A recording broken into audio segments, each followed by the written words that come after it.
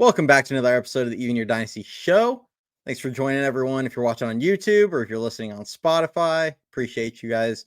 Have a lot of big news coming from the Giants this week. The bad news, obviously, they lost 2 of 3 to the Marlins, effectively putting the nail in the coffin on the season. They are now 2 games under 500 with an absolutely brutal stretch in September, needing to make up.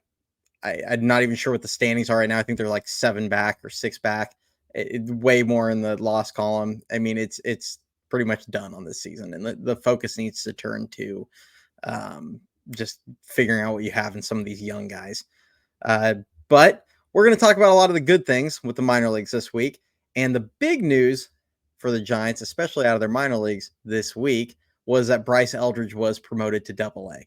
Now we're going to go into a big Bryce Eldridge segment on our live show on Thursday with Dan and Ricky. So, mark your calendars, click the bell for notifications, whatever. We'll go live on Thursday night. I don't know what time yet. It'll probably be, 8:30-ish to 9 o'clock start time. That's normally about when we start. So, be ready for that. I am planning on joining on Dan over on NorCal Sports Network tomorrow night still. So that's still my plan. So you catch me over there tomorrow night.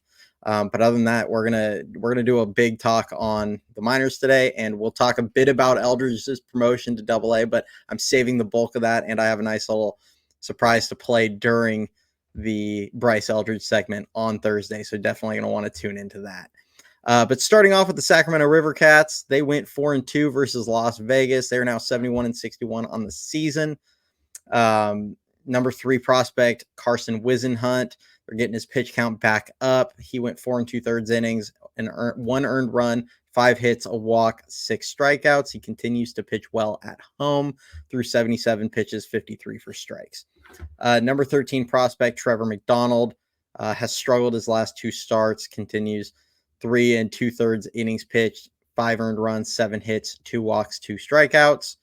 Number 16 prospect Wade Meckler had that huge week against Tacoma a couple weeks ago. He's kind of fallen off since then. 3 for 21, a triple, a double, 3 walks, and 5 strikeouts.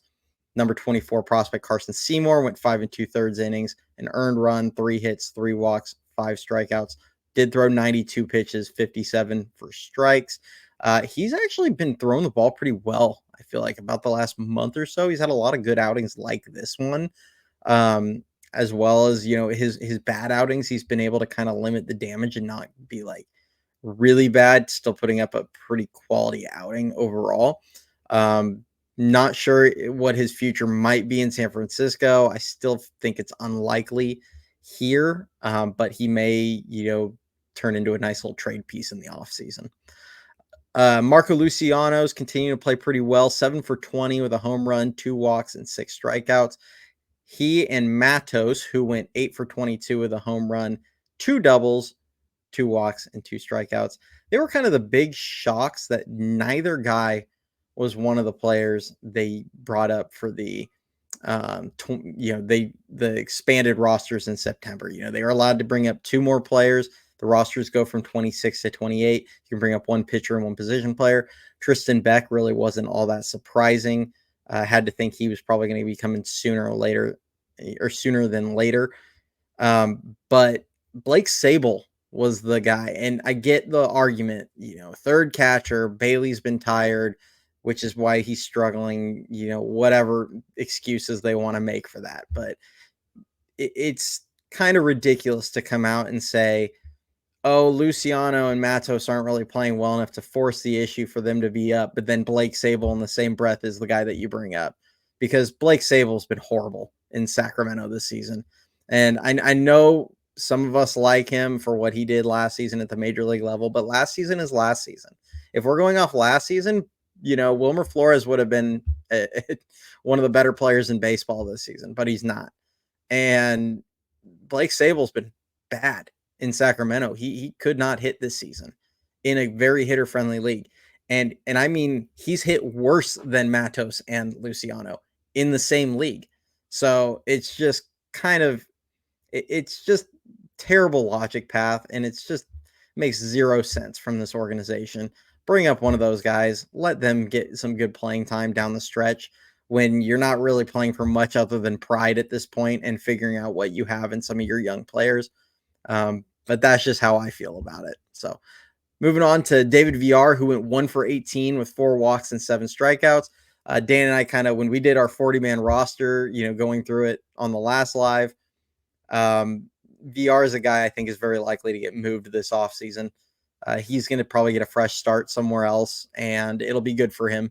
And I wouldn't be shocked if he ends up being a really good player somewhere else. But I just don't see the future in San Francisco at this point. But, could shock us. Maybe he's around in spring training, and if he has a great spring, there's always a chance. Hunter Bishop, he's finally gotten going. Last week he had a good week. This week, 6 for 22, a home run, which was a 2-run home run that tied a game where they were down, I think, 5 coming into the 9th inning a few nights ago. So big home run, 2 doubles, 2 walks, and 8 strikeouts. Strikeouts are still a bit high, but overall he's starting to hit the ball again, which is a good sign. Moving on over to Richmond, they went 2-4 versus Erie, 57-69 on the season. They did just get a lot more interesting for the last 2 weeks of their season, but they do have some nice prospects still down there. Number 15 prospect, Diego Velasquez, 6 for 20, a walk, 5 strikeouts. He's not been showing much power, not a lot of extra base hits since he's moved up to Double-A, but he is hitting. He's hitting over 300 at that level right now. So that's a really positive sign. He's never going to be a big power guy. I'd like to see some more stolen bases and him impacting the game that way. But the defense is still really solid out of him, and he still hits, which is a good sign. Number 19 prospect, Jack Choate, had a rough outing, 4 2/3 innings, 5 earned runs, 4 hits, 2 walks, 5 strikeouts. Jairo Pomares, he did return from seems like a minor injury because he played 1 game last week and then only played 1 game this week, but he did go 0 for 5 with a strikeout. Victor Barracoto, 2 for 14, did hit a grand slam, 3 walks, 3 strikeouts. That home run was his 10th on the year. Big drop off from the 27 he hit last season, but he has 2 more weeks. Maybe he can pop a few more out. But still like the power potential. It's just kind of struggled this season. Hasn't really figured out Double-A, which is an extremely tough environment to hit in. It'll be very interesting to see how long the Giants keep Eldridge there, because with some of their bigger prospects, they've tried to move them through Double-A pretty quick. Maybe to try and avoid, their confidence being destroyed or whatever the reason might be. But if Eldridge can really dominate that level, that's going to be a really good thing to see. Will Bednar went 1 inning, no earned runs, 0 hits, 0 walks, and 0 strikeouts. Just 1 clean inning. Good sign from him. That's 2 straight outings he's had where he's looked pretty solid. He was possibly the worst pitcher in the entire system for about a 6-week stretch there, where every single week it was like, 2 or 3 innings and giving up 5 runs and things like that. I mean, it was just rough. Hopefully he's turning the corner. I've said it a bunch of times. I'll continue to say it. The stuff is not the problem. It's the command, because he has big league stuff. His stuff is really good, can get outs out of the bullpen.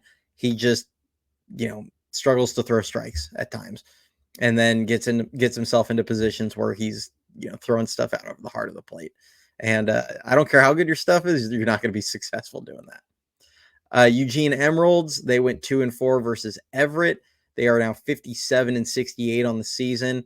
Number 1 prospect, Bryce Eldridge. We'll start it off with him. 11 for 20, 5 home runs, 4 doubles, 4 walks, 5 strikeouts. I'm not going to go all the way down the rabbit hole of his numbers in Eugene, but I'm pretty sure I saw something posted the other day that was essentially, Bryce Eldridge just had like one of the best high A seasons in like the last 20 years. As a teenager, he's posting in a historic season as far as the 21st century goes, as far as seasons coming out of a teenage prospect in the minor leagues. I mean, he has 22 homers on the year, 86 RBIs.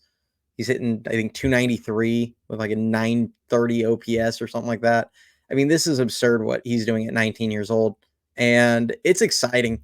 And I know we all want to see him as soon as possible. I'm a big believer in let the play dictate how fast he moves up. I'm not trying to force him up fast. And I feel like there are some people that want to do that. I'm a little more cautious with a lot of these guys, but I'm not going to just hold him back to hold him back. He clearly showed he was too good for high A. They're getting him to double A. I love that he's going to get 2 weeks there. It's a little cup of coffee. He's probably not going to get a ton out of this experience, but it is a good reward for a guy that said before the season that his goal was to reach double A.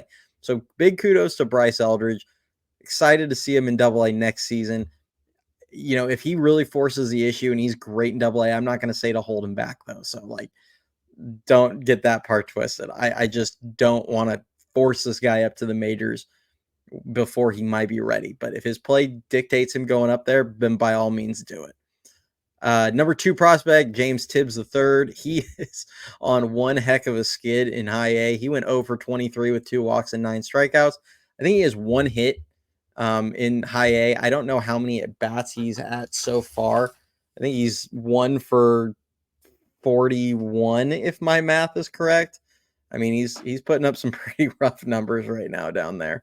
But I do have faith that he's going to figure it out. At the very least, he went to A-ball, he dominated A-ball, and he got himself to high A. That part is a success. I'd hope he can get some hits and have a decent week this week, though. Probably be good for him, just confidence-wise.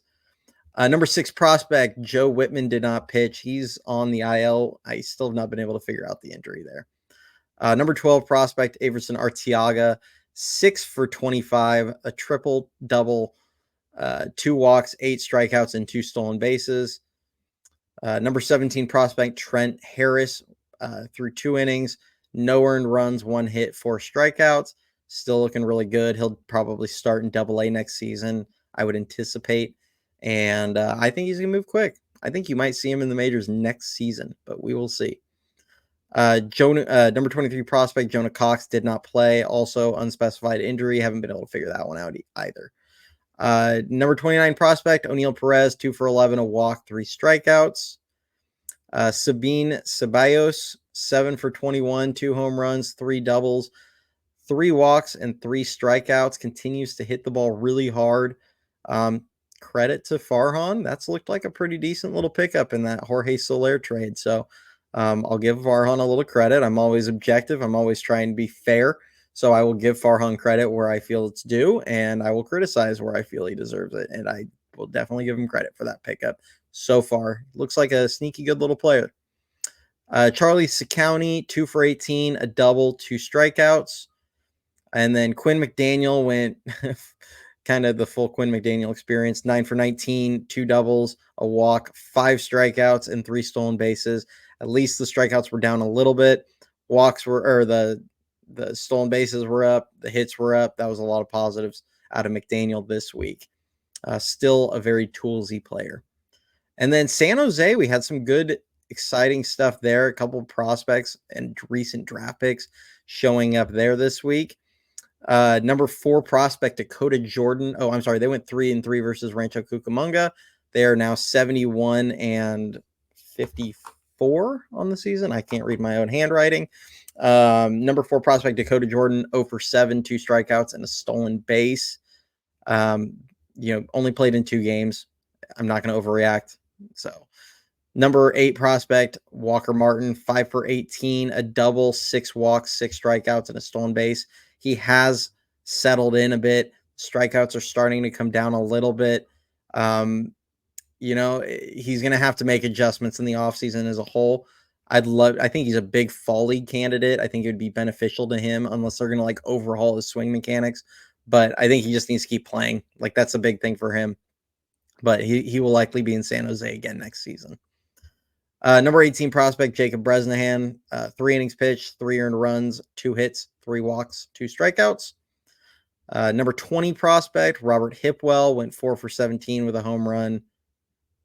4 for 19 with a home run, 2 doubles, and 2 walks and 10 strikeouts.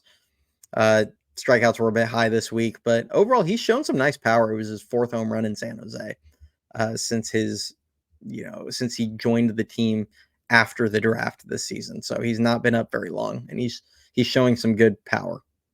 Number 21 prospect, Jacob Christian, 3 for 10, a walk, 2 strikeouts. Got our first look at him Nice to see him rack up a couple hits last week.